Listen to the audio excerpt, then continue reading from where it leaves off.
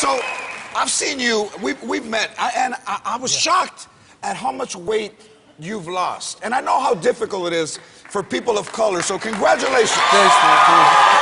Yeah. I just try to take care of myself, you know. How much weight?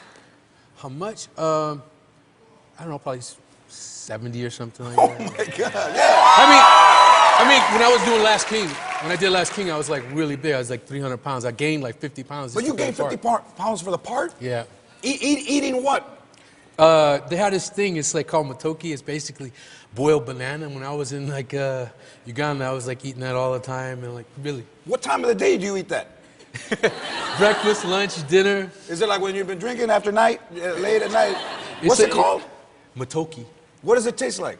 It tastes like kind of like potatoes, you know, a little sweeter. Yeah, yeah, all right. Yeah. But wait a minute, but you're a vegetarian though, right? I am a vegetarian. And how many years? It's been like 20, maybe 25 years or something like that. Yeah. Wait a minute, man. How did I get so big, right? How did you get so big being a vegetarian? Yeah. No, I was, you know, you gorge on pizza, cake, ice cream, pasta. How did you become a vegetarian though? Because now it's kind of the fad, but you were back in the 25 years. Yeah, I had done this movie and I was really just burnt, and I went to this place to rest, and I was just sleeping, and all they served was vegetarian food, and they were teaching me a different way to live, and I switched in. So when you drive around and you see, you know, a burger place or Jack in the Box or some rib place, Burger King has a veggie burger. That's what you get. But are you one of those freaks, man, that eats like where they make up the name like tofurkey? Did you try tofurkey? What? Hell no. Chorizo? I got chorizo. Chorizo, Hey, chorizo's actually very good. Yeah. But I started to grow titties. So I stopped eating it. But you know, you know what? That's the kind of key, because I was eating all this soy, and when I was going to get in shape, I cut all the soy out, and it changed everything. It changed everything. Yeah. And what else is there though? There's like bacon. Yeah, bologna, turkey. You don't eat eggs? I'm vegetarian. I do eat eggs. Oh, I eat eggs and I eat cheese. I don't eat any meat though. Yeah. My son is a vegan and he doesn't eat any of that. Right. Do they have breath mints for vegetarians? Because everyone I've seen has some nasty ass breath. You know what I mean, right? They get up on there. You're like, hey.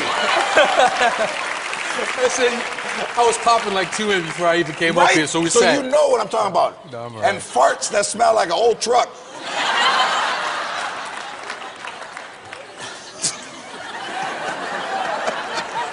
The first time that we met, we connected, but it was a very monumental time, man. We met at the Obama We Are One inauguration. We met at the inauguration. Yeah, it was beautiful. Here's a picture of myself, Forrest, and Samuel L. Jackson. Yeah. That was an amazing moment, right? At the Lincoln, and Michael Bearden was there, band leader of the show. Let's zoom in on Sam's feet, because we're getting our first African-American president. My man's wearing dirty Adidas. He wears them everywhere. He wears them everywhere. Now, if you got corns, just cut a regular dress shoe like everyone else. Do you remember how you felt that day? That day was very special, wasn't it? Yeah, you remember looking out and all the people like way all the way back in the monument? 1 million people there.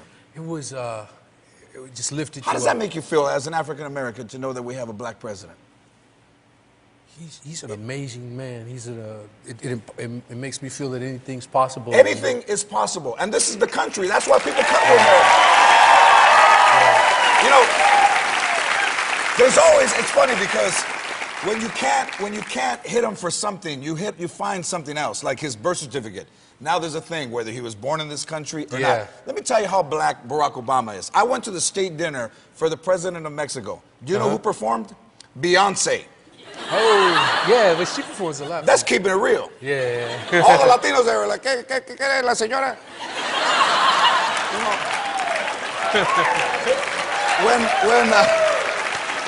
When to have a name Forrest, did you always, I mean, it sounds almost like a scent of Febreze. Yeah, exactly. Try the Forrest Whitaker, Febreze. I'm the third. That's my dad and my grandfather's name. And were you always happy with the first name Forrest? When I was little, they used to call me by my middle name. They used to call me Steve. My middle name's Steven. Because... You see, to me, that's funny. Because I love Forrest. That somebody called you. Does he look like a Steve? Hell no. No. Did you like Steve? It's just the way because if we were in my grandfather and my dad, they couldn't call us all Forrest, so they call my dad Junior, they call me Steven, they call my grandfather Forrest. Yeah. What about when Forrest Gump came out? You get any? A lot of that. Run, Forrest, you know, all kind of craziness. Will your kids do it to you? People think it's like the biggest joke, you know, it's like saying, I can't see the forest for the trees, or, you know, something like, and so people always would bring that up. You know what I found interesting, too, is that you're a black belt in what martial art? A couple of them. Yeah, that's in Kempo. I trained in Kali, or Filipino martial arts, combat arts, since I was young. Yeah. So that's maybe 12. Vegetarian, can kick ass with a sword and a stick while eating mashed up bananas in the middle of the night. That's me, right? Come up with a knife.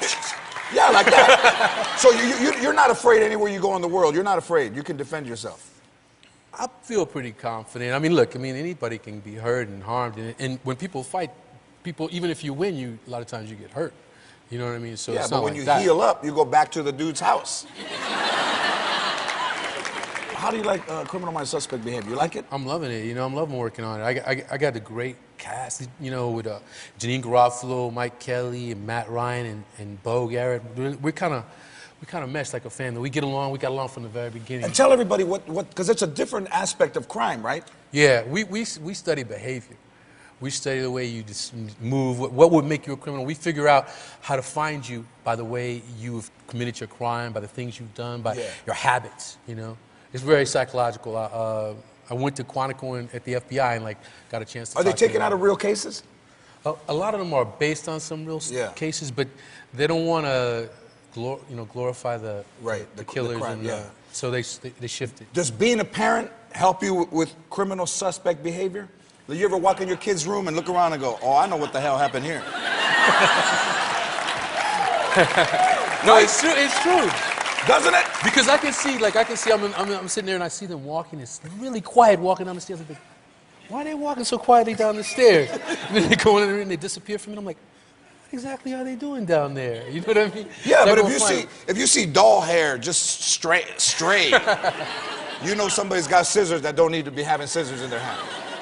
And my mom used to do it. She would be in the kitchen. She was like real behavioralist because she'd say, I'll be standing on the chair and she'd say, get down off that chair. You know you're not supposed to be doing that. And she's way in the other part of the house. How is she do that? How is it possible, right? She could hear you breathing. Forrest Whitaker, Criminal Minds. Suspect Behavior. Wednesdays, 10 o'clock on CBS.